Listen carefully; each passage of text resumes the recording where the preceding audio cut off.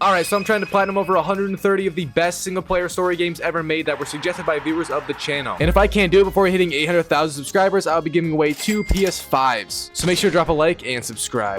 Yakuza is one of the most loved franchise of games out there, and also one of the most difficult ones to 100% complete and even beat in general. I'm not too sure what the style of game they really are traditionally, because I played the newest one today, Yakuza Like a Dragon, which steered away from the previous game style from what I can gather online. But nonetheless, it was a big challenge to complete, and you can tell just by looking at the guide. Yakuza Like a Dragon comes in at a 5 out of 10 difficulty with 80 hours to complete and 63 total trophies. Now that is nothing to laugh at, considering this is an entirely single-player game. Stage 1 to completing the platinum journey is to first make it through the game's main story, since that is a challenge in itself if you go in blind like I did. There's a total of 15 chapters in the story, with 15 trophies from the completion of each chapter. The first chapter sets up the story for the main character we play as, and I'm gonna butcher his name, but it's Ichiban Kasaga. Harry Nutsack. You are essentially a part of a certain Yakuza clan. Yakuza is like the Japanese mafia, by the way, but we were a part of one as a very low-level grunt, if you will. And the first chapter had us pretty much just learn the combat and other actions you can do in both fighting and outside of fighting in the story. You do a lot of fetch quests for the most part until one of the higher-up members of the clan kills an enemy clan's member, which is against the law, obviously. And in order to keep everything in line and not lose it all, the leader of our clan, who we look up to greatly, named Arakawa, pretty much just says we have to take the fall for it, and we do. Only after eating multiple bowls of Chinese food, of course. But then good old Ichiban is sentenced to 15 fat ones in prison. But I did get a trophy, so at least I'm not suffering like our brother here is going to. In prison, however, Ichiban did get into a scuffle after these men said mean things about Arakawa, the man who just threw us in here. The betrayal is going to get saltier and saltier, but Ichiban basically beat them to a pulp, and then we got an extra 3 years, I think, inside of the clink, so that's great. The game then fast forwards 15 or 18 years later, and Ichiban gets set free. And on an insane leap of chance, we went to a cemetery and saw Arakawa pulling up to it at the same time. His boys don't remember us, obviously, because we are old news, so we had to battle some grunts because they wanted to scuffle. Once beating them, though, we yelled out to Arakawa, and he clearly saw us, but then just turned around, so I guess we mean nothing. Honestly, I kind of assumed that, but Ichiban's low-key special needs, he can't think straight. And to make it even better, at the end of this chapter, we confronted Arakawa at some special dinner he was holding, and he just straight up shot us. I don't think he likes us, but here's the trophy from chapter 2. Chapter 3 then begins, and it turns out we didn't die from getting shot, just injured. Who would have thought? This chapter sort of has us reestablish ourselves in a new area of the game that is also inside the city we play in from here to finish, as a matter of fact. But we are basically a part of the homeless people's clan right now, and this chapter just had us fend off a low-tier Yakuza clan that is harassing the homeless. Quite an interesting business venture, I'm not gonna lie. And once I made it through a few fights, it just kind of ended with the trophy right here. Chapter 4 then had us do similar things, but we had more of a team this time and more establishedness, if you will. I also reached level 10 in the game, which gave me a trophy, so that's cool. The rest of chapter 4 actually had a bunch of interesting things happen, however. First was we sort of uncovered this mystery of old people disappearing from this care facility, and it was none other than the Yakuza clan straight up just taking old people out and charging their families for money. It was wild and kind of confusing. But that really pissed off the Yakuza clan we were targeting, because once we broke into their main tower and told on the dude running it to the leader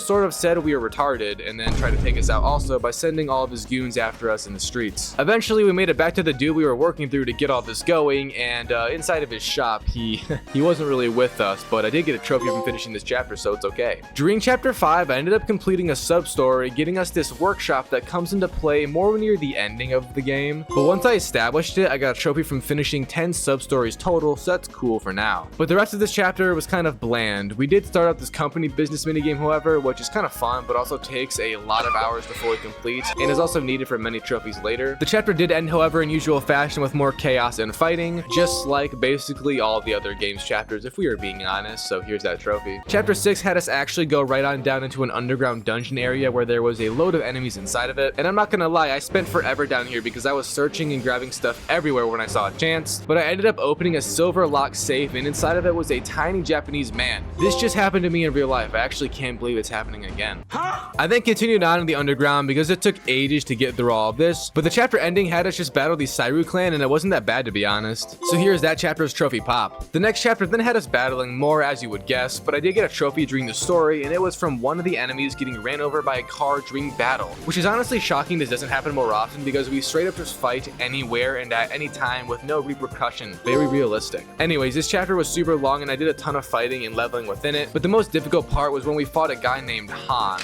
And Lord have mercy, this fight made me grow some hair on my nuts because it was one of the first fights where I had actually died and had to go level up more before coming back for sloppy seconds like a true beta male. On a side note though, he would also end up joining our team later as a playable character and is one of the best in my opinion. But for now, here is that chapter trophy pop. The next chapter was then super quick and just had us explore and fight our way up this building until making it to the manager's office, searching it, and getting the trophy pop right here. Right away at the start of the next chapter, I was just fighting some men as you do, and once I eliminated the guy right here, it ended up being the 100th different type of dude I've gotten rid of and registered inside of this book of enemies that shows weaknesses and stuff. But to put it more simply, I got a trophy from killing a guy and he is now dead. This chapter was again a very long one, probably because the previous chapter was super fast, so they had to really up it this time. But during it, I ended up unlocking this new thing called Part-Time Hero, which is just another side quest and fetch quest giving division of the game. It does have quite a few trophies relating to it, however, and one was gotten right here from reaching the senior hero rank, which is the first one you get. But this chapter ends with us battling a man named Ishida, who was sort of the leader of this massive anti-terrorist, or rather just group of weird people who want change, as they call it. They probably run on joy, I mean, who knows. The battle against him is low-key difficult, and not only because he has an army just oozing to touch us right next to him, but once I did win, I got a trophy because, I mean, come on now. During the next chapter, I also got a trophy from gathering 100 items or gear total in this game. Gear is sort of used as an additional boost to your character's stats, whether it's just health, attack, defense, or even sometimes perks that allow you to neglect status effects and revive instantly. So they are indeed very useful. But basically, we were in this giant tower owned by an evil Yakuza clan, of course, and inside we were after Ishoda yet again. But before battling him, we battled some dude named the Strategist or something. It's kind of lame as hell. And the fight was honestly hard, which is why I got a good amount of XP after and leveled up to 30 with my dude right here, and I got a trophy from it. We then did battle Ishoda yet again, but this time it was much easier since I am a much higher level and, you know, all that stuff. But before the actual ending for the chapter, I completed 20 sub-stories right here for another trophy. I then just played out this chapter and it ended with us chatting up some old dude over a duck dinner because he had info on Arakawa, who was the same dude that betrayed us forever ago and put us on our villain origin story path. But we just chatted until the chapter ended and I got another trophy. The next chapter was then a bit faster this time and it ended with us getting jumped by so many people from the Omni Alliance, which is like the leading Yakuza clan at the current time of story, that once I made it past the battles, the chapter just ended because we had fought enough today. I then finally went to another city instead of the one we have been yanking it in for days now, and it's called Sotenbori. Inside of Sotenbori is a place called the Battle Arena, which is also the only reason this place exists at all. But I can't complain because I use it to level and farm materials along with money for pretty much the entire game, and it's a wonderful place. But aside from using it to level and farm stuff, you also get a trophy from just beating it in general, which is not hard, and I did it very underleveled, which is also kind of funny. Anyways, I farmed this for a very long time to get levels easily, and I reached level 50 right here for another trophy. We also ended up crashing this Omni Alliance convention or something weird, and fought a bunch of people which ended up pushing some sort of agenda, and the Omni Alliance disbanded completely. We then got to chat to Arakawa after so long, and the bro said he's basically sorry and wanted to have dinner with us sometime. So we're in the talking stage, I guess. And here's that chapter trophy. Sadly, Arakawa would get killed the next night, and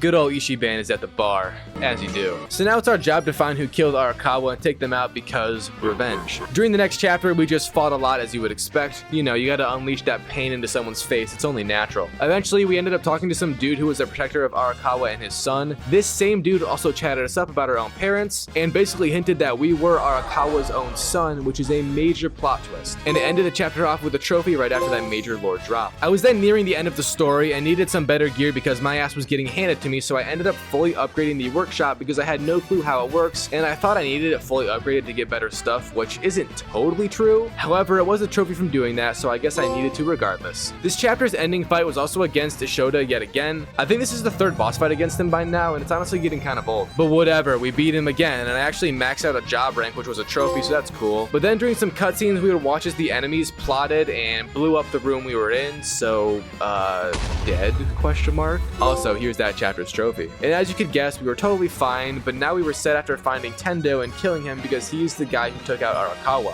Tendo is just another evil guy in the clan, by the way, but he's very high up on the ladder of privilege, if you will. Before fighting him, though, I got a trophy from raising 3 jobs to max level, so that's neat. But the fight against Tendo is crazy hard if you aren't leveled right, and I was a bit low, so I failed numerous times. It was kind of saddening and rage-inducing. But this was the final fight, or beginning of the final fight for the game. Eventually, I did beat Tendo Nintendo, but you know, by the skin of my teeth. I mean, just look at the team right now. We ain't doing too hot. We then saw some cutscenes where they showed us the governor of Tokyo, or as we know him, Young Master, because this same dude was one of the guys Ichiban took care of way back when we were still a part of the Yakuza clan in the intro of the game. But we essentially just ruined his reputation, and then he showed up in the tower for Tendo to see if we were dead. We weren't, so we had to fight him now, and the fight wasn't really harder than Tendo's, but it was just annoying because we didn't get any time to heal up or reorganize after the Tendo fight, and sort of just got thrown right into it. Overall, it was still easier than the Tendo fight, and after some ending combat, we won, and that was also the final part of the main story. There was some more lore finishing up the game within the cutscenes, but who cares? Here's the final main story trophy, and we have officially beaten stage 1 of the Platinum journey for Yakuza Like a Dragon.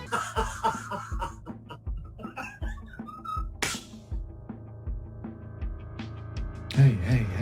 Stage 2 begins now, and if you thought the long part was over, oh boy, it's only beginning. Stage 2 consists of us doing absolutely everything else in this game for trophies, aside from the real final Millennium Tower, which is stage 3, so let's begin. First, I decided to get the last sub-story trophy I needed, which was from completing 40 of them. There's a total of 53 sub-stories, I think, so you don't have to do near all of them to get the trophies from them, but once I did 40, I got the last sub-story trophy. I then went down the rabbit hole regarding max friendship between everyone in our party. You can increase the bond between characters through many actions, but the easiest way to do it is to just buy everyone a meal over and over because you increase bond every time you do. So I just spammed that and then did the little interaction between each character and Ichiban. Every time you do max out one of the friends' bond, however, there was usually a final battle against some random enemies to just solidify the bond for sure. And once that's complete, you get the trophy for becoming best friends with the person essentially. It took me around 2 hours to do all of the friends I could right now, but overall it wasn't a bad experience. Next, I went down an even deeper rabbit hole within the Ichiban Confections business minigame. You have to reach rank 1 inside of it for a trophy, but also amass a total cash balance of 10 billion yen. I spent well over 4 hours straight here just grinding it out. Like, it was crazy how long this took and how boring it was. Thankfully, I personally didn't think it was hard to actually do at all. Like, the minigame is pretty damn easy to figure out. It just took forever to get the trophies here. But the first one I did get was from getting a new office, which happens once you reach a certain rank in a market share. And that was the only trophy I got until the rank 1 trophy hours later, which, by the way, I got after all the peeps here just pointed into the sky in silence. Cult material, no cap, but here's that trophy. That also allowed me to become max friends with the girl who I was working with, who was also a part of the party, and here's that trophy pop. I then just kept on playing the minigame, first buying my last slot of properties for another trophy, and then I just farmed money over and over until reaching that 10 billion marker about a half hour later. And Lord have mercy, it felt good to be finished with that shit. So now the remaining trophies in stage 2 are much more randomly assorted. First being from witnessing 20 or something table talks, which are just random events that happen when you eat food and get a bonus from it. There's a few at each dining location, so this isn't actually hard to get. You just have to swap back and forth between dining locations, like the head cheerleader swaps around the entire football team's starting lineup. But there's the trophy. I then went to the vocational school to boost my character's personality traits because you need to get them max for a trophy that is actually a grind low-key. But while here, I finished 10 tests and got a trophy, so that's also cool. I then did the 3 canned quest levels next, which was totally random but also totally easy to do for another trophy. And then since I was already on the minigame path, I went and beat everyone in the Dragon Kart minigame also. Dragon Kart is just a worse version of Mario Kart, by the way. Like, literally, it's the same thing but worse, and here's the trophy from it. I then returned back to Sotenbaro, or whatever's, battle arena to farm some more because farming takes up half the playtime for this game if you weren't aware. Anyways, while here, I again got another gear trophy because they give you so much gear from the levels inside, it's actually criminal. I then crafted over 10 things from the romance workshop with the materials I had farmed from the battle arena. I also reached level 70 a bit later on, which is another trophy, and I think the last level trophy, but don't hold me to that, I can't remember to be honest. I then went around the main city and did a ton of minigames trying to get that last minigame trophy I had left, and on my last one I ended up getting 2 trophies. First from raising a personality stat to max, and then from playing over 10 minigames total in the game, which is much harder than it sounds. I also watched every movie without falling asleep next, which is sort of a minigame if we were being honest. And then I just did 2 easy cheese trophies from swapping jobs a lot with Ichiban, and for no reason as well because I didn't keep any of them. Simply just did it for the 2 trophies. I then went after a very annoying trophy called Honk Honk Hero, which some say is the hardest in the game because it's pure luck finding these people's spawns. But since I honestly had good luck in finding these people, it didn't take too long for me to do it and would definitely not be my hardest trophy, not by far. I then got a trophy called Playing with Fire, which is gotten from engaging in relations with 2 female characters at one time. And speaking from personal experience, this is definitely playing with fire and I would not recommend. But this time all I got was a trophy instead of life lessons the hard way. Oh yeah, yeah, and next I got 7 jobs to max level, which basically just means every person you can play as has maxed out their job, and it's honestly a natural trophy since you have to level up so much for the ending game's trophies. I then grinded out some remaining part-time hero quests to reach executive hero, which isn't max level, but it is the max for the trophy gotten from it, which I got right here. I also swapped some people's jobs to random ones and then won a fight with everyone having a random job because it was a trophy and also not hard to do. And finally, I had maxed out all of Ichiban's personality stats. This was actually stupid how much you had to grind for it because it just was, goddamn. I had to resort to the can minigame. The can minigame. You could buy like a book to increase stuff, I don't know, it was dumb. Anyways, there's the trophy, God bless. I also then just called in pound mates 30 times or something, which was a trophy because it was. And we are officially on the last trophies of the game. First was from beating the final Millennium Tower. This is the last area of the game where you can enter, and it's sort of like the battle arena, except way harder and also way better for money and experience, as you could expect. But the original version of it is honestly not that hard to beat, so I did and got the trophy from that. But then we reached stage 3 of this platinum, and it's rightfully an entire stage on its own, although only 1 trophy remains. That is because the real final Millennium Tower, which is basically the same thing we just did, except every enemy is like level 99 and can kill you within 1 move. Yeah, it's horrible, and this means you pretty much need max level and job level to even compete at all. So I deadass spent like 20 hours straight grinding levels over and over and over until making it to level 99 and job level 99 on almost every character I had. Now once you have both of those, you can compete in the final area, and I say compete because it's not going to be easy. Many attempts I came in and just got instantly. It was insane. But I finally took my time and had patience with my situation, which is really all it takes to win this. Basically just don't ever rush moves and take chances, or be a pussy is what I'm trying to say. Anyways, I made it to the final area and actually choked it on the final fight, but spent half of my money to retry it, and I managed to win. Barely, but I still did. So here's that final trophy with the platinum right after. I'm not gonna lie, this is a rare time when seeing the platinum trophy pop, I actually felt relieved. Like, dude, that final fight and trophy is some of the hardest I've ever done in terms of uncertainty. But overall, Yakuza Like a Dragon was a banger of a game. It is sad though that the final trophy required you to go so out of your way because it kind of left a stink in my experience. However, I won't hold it against the game. I understand it needed something hard to make it entertaining at the end of the day, but putting Yakuza Like a Dragon in out of 10, I'm gonna give it a very solid 8. Was a little awkward sometimes, but still lots of fun and kind of crude, which I loved. So yeah, that's it. Thanks for watching, and I'll see you all soon with more.